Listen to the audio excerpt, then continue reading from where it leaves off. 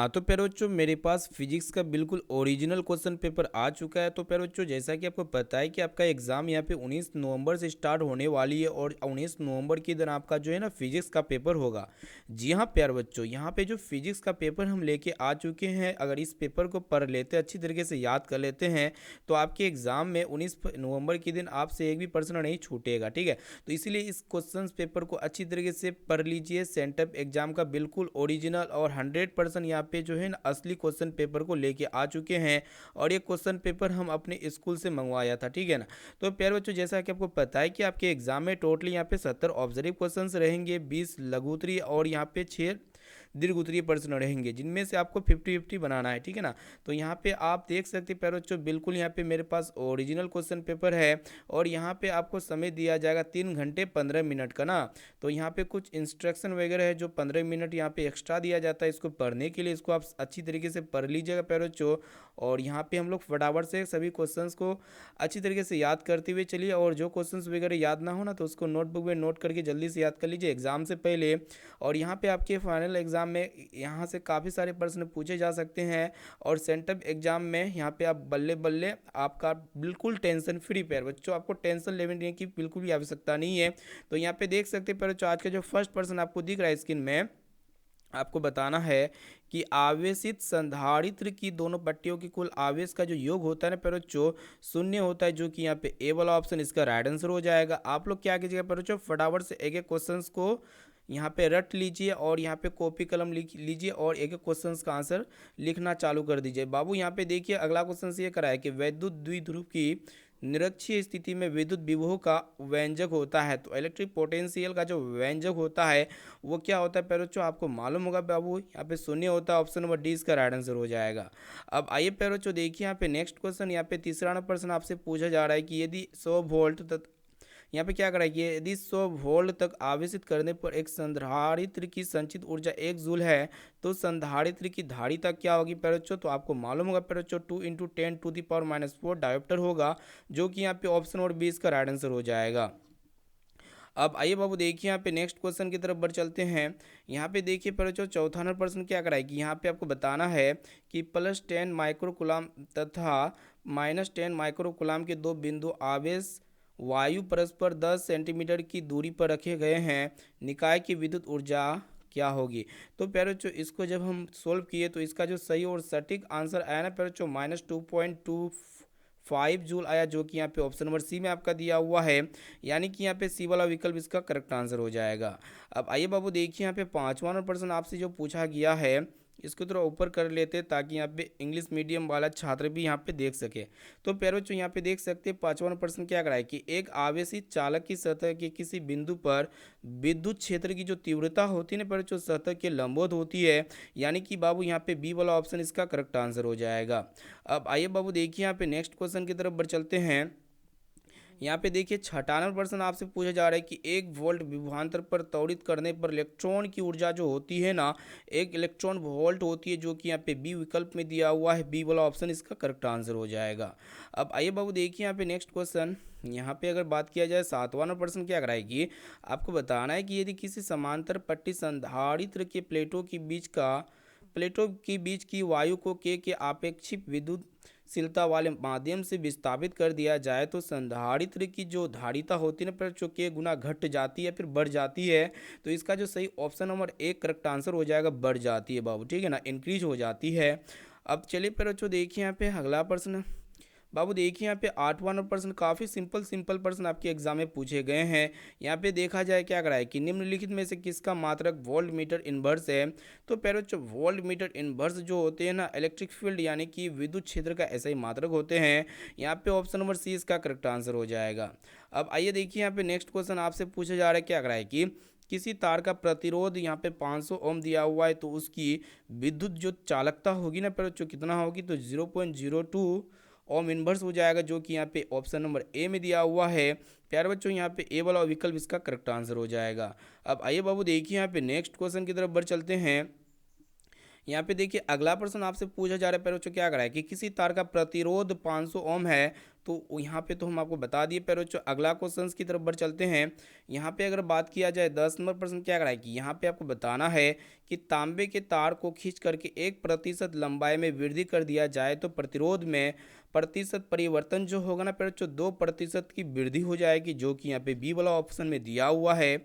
अब आइए बाबू देखिए यहाँ पे नेक्स्ट क्वेश्चन। यहाँ पे बात किया जाए 11 नंबर प्रश्न आपसे पूछा गया क्या करा है कि यहाँ पे आपको बताना है कि एक इलेक्ट्रॉन वोल्ट समतुल्य है। तो पहले ये जो इलेक्ट्रॉन वोल्ट होते हैं ना 1.6 गुना -19 जूल के बराबर होते हैं। तो यहाँ पे ऐसा यूनिट को भी देख लीजिएगा, पहले ईवी का जो ऐसा यूनिट होता है जूल होता है। यानी कि यहाँ पे देख सकते हो ऑप्शन नंबर सी इसका करेक्ट आंसर हो जाएगा। अब आइए बाबू देखिए यहाँ पे नेक्स्ट क्वेश्चन की तरफ बढ़ चलते हैं।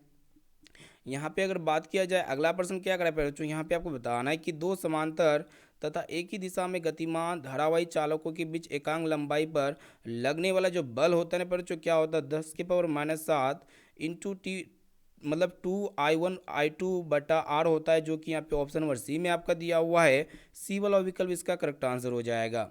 अब आइए पहले बच्चों देखिए यहाँ पे नेक्स्ट क्वेश्चन की तरफ बढ़ चलते हैं। अगर बात किया जाए 13 नंबर प्रश्न आपसे पूछा गया क्या कराएगी, यहाँ पे आपको बताना है कि लोह चुंबकीय पदार्थों के लिए आपेक्षिक चुंबकशीलता यानी कि ईआर जो होते हैं ना जो बहुत बहुत बड़ा होते हैं।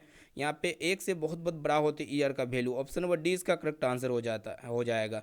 अब आइए बाबू देखिए यहाँ पे नेक्स्ट क्वेश्चन आपसे पूछा गया है क्या कराएगी।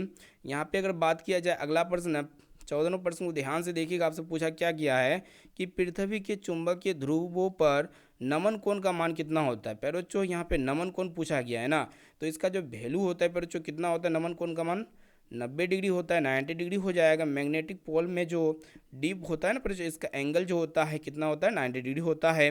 अब आइए बाबू देखिए यहाँ पे नेक्स्ट क्वेश्चन। यहाँ पे अगर बात किया जाए 15% आपसे पूछा गया है क्या कराएगी डोमेन जो है ना किस पदार्थ से बनते हैं। तो पैरोचो ये जो डोमेन है ये डोमेन किस पदार्थ से बनते हैं, तो लोह चुंबकीय पदार्थ से बनते हैं, जो कि यहाँ पे बी ऑप्शन में दिया हुआ है। बी वाला विकल्प इसका करेक्ट आंसर हो जाएगा। पैरोचो देखिए यहाँ पे नेक्स्ट क्वेश्चन आपसे पूछा गया क्या कराए कि आपको बताना है, ध्यान से देखिएगा कि बराबर दिक यहाँ पे क्या कराए कि बराबर दिक्पात कोण वाले स्थानों को जोड़ने वाली रेखा क्या कहलाती है पैरोचो, तो समदिक्पातीय रेखाएं कहलाती है। यहाँ पे बी वाला ऑप्शन इसका करेक्ट आंसर हो जाएगा। अब आइए बाबू देखिए यहाँ पे नेक्स्ट क्वेश्चन की तरफ बढ़ चलते हैं। यहाँ पे देखिएगा पहले 17 नंबर प्रश्न आपसे पूछा गया क्या कराए कि चुंबकीय क्षेत्र का मान घटने से चुंबकीय सुई का जो आवर्त काल होता है यानी कि टाइम पीरियड जो होता है ना बच्चों क्या होता है इंक्रीज होता है फिर डिक्रीज होता है, यानी कि घटता है फिर बढ़ता है। तो आप बोलेंगे सर जी बढ़ता है। यहाँ पे देख सकते हो ऑप्शन नंबर बी इसका करेक्ट आंसर हो जाएगा। बहुत ही सिंपल सिंपल आपके एग्जाम में सेंटअप एग्जाम में प्रश्न पूछे गए हैं। तो प्यारे बच्चों देखिए यहाँ पे अगला प्रश्न क्या कराए कि आपको बताना है कि चुंबकीय ज्यामितीय लंबाई LG तथा चुंबकीय लंबाई LM में जो संबंध होते हैं ना प्यारे बच्चों क्या होते हैं। तो प्यारे बच्चों आपको मालूम होगा जो LM होते हैं ना ये 5/6 का 5/6 गुना होता है LG का ना। यहाँ पे देख सकते हैं प्यारे बच्चों ऑप्शन नंबर ए में आपका दिया हुआ ए वाला विकल्प इसका करेक्ट आंसर हो जाएगा। अब आइए बाबू देखिए यहाँ पे नेक्स्ट क्वेश्चन अगला प्रश्न आपसे पूछा गया क्या कराएगी आपको बताना है कि एक समरूप चुंबकीय क्षेत्र में एक आवेशित कण के पथ की जो त्रिज्या समानुपाती होती है ना संवेग यानी कि मोमेंटम के समानुपाती होती है। बी वाला विकल्प इसका करेक्ट आंसर हो जाएगा। देखिए फिर जो अगला प्रश्न यहाँ पे देखिएगा क्या कराएगी यहाँ पे आपको बताना है कि निम्नलिखित में कौन जो है ना विद्युत चुंबकीय तरंग नहीं है। तो पहले तो यहाँ पे ध्वनि तरंग जो है ना विद्युतीय चुंबकीय तरंग नहीं है। इनके अलावा ये तीनों तरंग विद्युत चुंबकीय तरंग है पर जो। अब आइए बाबू देखिए यहाँ पे नेक्स्ट क्वेश्चन आपसे पूछा गया क्या कराएगी यहाँ पे आपको बताना है कि एक माध्यम से दूसरे माध्यम में जाने में प्रकाश की किरणें मुड़ जाती है तो किरणों के मुड़ने की क्षमता को हम लोग क्या कहते हैं पर तो अपवर्तन कहते हैं। प्रकाश का अपवर्तन कहा जाता है यानी कि रिफ्रैक्शन ऑफ लाइट कहा जाता है। अब आइए पर देखिए यहाँ पे नेक्स्ट क्वेश्चन। यहाँ पे देखिएगा अगला प्रश्न आपसे पूछा गया क्या कराएगी ऑप्टिकल फाइबर है। तो पहले जो ऑप्टिकल फाइबर क्या होते हैं पहले जो ट्रांसमिशन लाइन और वेव गाइड होते हैं, यानी कि यहाँ पे ऑप्शन नंबर सी इसका करेक्ट आंसर हो जाएगा। अब आइए बाबू देखिए यहाँ पे नेक्स्ट क्वेश्चन की तरफ बढ़ चलते हैं। यहाँ पे देखिएगा अगला प्रश्न आपसे पूछा गया क्या कराएगी यदि समान फोकस दूरी f के दो अभिसारी लेंस एक दूसरे के संपर्क में रखे हैं तब संयोग की जो फोकस दूरी होती है ना पहले जो हाफ होती है यानी कि फोकस दूरी का आधा होती है। यहाँ पे देख सकते हैं ऑप्शन नंबर सी इसका करेक्ट आंसर हो जाएगा। अब आइए बाबू देखिए यहाँ पे नेक्स्ट क्वेश्चन की तरफ बढ़ चलते हैं। यहाँ पे अगर बात किया जाए क्या कराएगी आपको बताना है कि सामान्य समायोजन में खगोलीय दूरदर्शन की जो लंबाई होती है ना पर क्या होती है, F0 माइनस एफ ई होते हैं, जो कि यहाँ पे देख सकते हैं पर डी हो जाएगा, यानी कि इसमें प्लस होते पर F0 प्लस एफ ई होते हैं। ऑप्शन नंबर डी इसका करेक्ट आंसर हो जाएगा। अब आइए बाबू देखिए यहाँ पे नेक्स्ट क्वेश्चन, अगला प्रश्न आपसे पूछा गया क्या कराए कि प्रकाश के रंग का रंग है, मतलब प्रकाश के जो रंग होता है इसका कारण क्या होता है, इसका तरंगदैर्ध्य यानी कि वेवलेंथ होती है। ऑप्शन नंबर ए इसका करेक्ट आंसर हो जाएगा। बाबू देखिए यहाँ पे अगला प्रश्न, यहाँ पे देखिएगा क्या कराएगी, यहाँ पे आपको बताना है कि छोटे आपतन कोण के लिए म्यू अपूर्णांक वाले पतले प्रिज्म का जो न्यूनतम विचलन कोण होता है ना पर क्या होता है, μ-1 × a होता है, जो कि यहाँ पे ऑप्शन नंबर ए में आपका दिया हुआ ए वाला ऑप्शन इसका करेक्ट आंसर हो जाएगा। अब आइए बाबू देखिए यहाँ पे नेक्स्ट क्वेश्चन, यहाँ पे देखिएगा क्या कराएगी, यहाँ पे आपको बताना है कि प्रकाश की तीव्रता का व्युत्क्रम वर्ग नियत तथा अर्थात यहाँ पे तीव्रता जो है ना व्युत्क्रम आनुपाती 1/r² मान्य होता है। ये तब मान्य होता है जब बिंदु स्रोत क्या होते हैं परचो, रेखीय स्रोत होते हैं, या फिर आप कह सकते हैं बिंदु स्रोत मतलब बिंदु स्रोतों के लिए होते पर चुना पॉइंट सोर्स के लिए होते हैं। यहाँ पे ए वाला ऑप्शन इसका राइट आंसर हो जाएगा। बाबू देखिए यहाँ पे अगला प्रश्न आपसे पूछा गया क्या कराएगी, यहाँ पे आपको बताना है कि निम्नलिखित में से किस धातु का प्रकाश विद्युत कार्य फलन न्यूनतम है, यानी कि मिनिमम है, यानी कि जो फोटो इलेक्ट्रॉनिक वर्क फंक्शन है ना पर जो मिनिमम किसके लिए होता है, तो सोडियम के लिए होता है, यानी कि सोडियम एलिमेंट के लिए होता है। अब आइए बाबू देखिए यहाँ पे नेक्स्ट क्वेश्चन की तरफ बढ़ चलते हैं। यहाँ पे बात किया जाए क्या कराए कि नमन कोण का मान उत्तरी ध्रुव से विषुवत रेखा की ओर क्या होती पर जो बढ़ती है या फिर घटती है, तो आप बोलेंगे सर जी घटती है, जो कि यहाँ पे बी विकल्प में दिया हुआ बी वाला ऑप्शन इसका राइट आंसर हो जाएगा। अब आइए बाबू देखिए यहाँ पे नेक्स्ट क्वेश्चन की तरफ बढ़ चलते हैं। यहाँ पे अगर बात किया जाए 30 नंबर प्रश्न आपसे पूछा गया क्या कराए कि विद्युतीय चुंबकीय तरंग की जो आपूर्ति होती है ना उत्पन्न का, इसका जो मतलब उत्पत्ति का जो मूल कारण होता है क्या होता है पर जो आवेश की त्वरित गति होती है। ऑप्शन नंबर 20 का करेक्ट आंसर हो जाएगा। अब बाबू देखिए यहाँ पे नेक्स्ट क्वेश्चन की तरफ बढ़ चलते हैं। यहाँ पे देखिएगा अगला प्रश्न आपसे पूछा गया क्या कराए कि चुंबकीय क्षेत्र बी तथा चुंबकीय क्षेत्र ई के अनुपात, यानी कि B/E का जो मात्रक होता है ना ऐसे में इन्वर्स होता है। अब आइए बाबू देखिए यहाँ पे नेक्स्ट क्वेश्चन की तरफ बढ़ चलते हैं। यहाँ पे क्या कराए कि द्रव्यणात्मक माध्यम में विद्युत चुंबकीय तरंग की जो चाल निर्भर नहीं करती है, किस पर निर्भर नहीं करती पर तो इसकी तीव्रता पर, या फिर यहाँ पे देख सकते हो ऑप्शन नंबर डी में आपका क्या दिया हुआ है इसकी तीव्रता पर निर्भर नहीं करती है ना जी। अब आइए बाबू देखिए यहाँ पे नेक्स्ट क्वेश्चन की तरफ बढ़ चलते हैं। यहाँ पे क्या कराए कि पूर्ण आंतरिक परावर्तन तभी घटित होती है जब आपतन कोण का मान क्या होता है जो क्रांतिक कोण से बड़ा ना होता है जी। ऑप्शन नंबर बी इसका राइट आंसर हो जाएगा। देखिए यहाँ पे नेक्स्ट क्वेश्चन की तरफ बढ़ चलते हैं।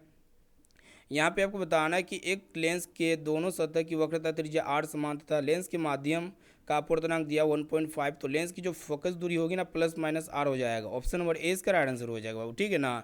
अब आइए बाबू देखिए यहाँ पे नेक्स्ट क्वेश्चन। यहाँ पे अगर बात किया जाए क्या कराए कि दो डायोप्टर यहाँ पे -3.5 डायोप्टर के दो लेंस दोनों आपस में क्या पर जो सटे हुए हैं, तो इसकी जो संयोगता यानी कि इसकी जो क्षमता होगी संयोग की क्षमता क्या हो जाएगी पर जो -1.5 डायोप्टर हो जाएगी, ठीक है ना जी। अब देखिए पर जो अगला प्रश्न जो आपसे पूछा गया है क्या कराएगी खगोलीय दूरदर्शक के वस्तु के लिए जो आवेशक होते हैं ना क्या होती है इसकी फोकस दूरी क्या होती है पर जो बड़ी होती है, लंबाई बड़ी होती है फोकस दूरी की। तो यहाँ पे हम 1 से लेकर 35 यानी कि 36 ही क्वेश्चन हम आपको बताएं, ठीक है। अगर आप संपूर्ण पेपर लेना चाहते हैं तो आप हमसे कांटेक्ट कीजिए, डिस्क्रिप्शन में आपको लिंक दिया गया है, सभी पेपर यहाँ पे हम आपको प्रोवाइड कर देंगे ना। तो आप हमसे सबसे पहले कांटेक्ट कीजिए ना जी।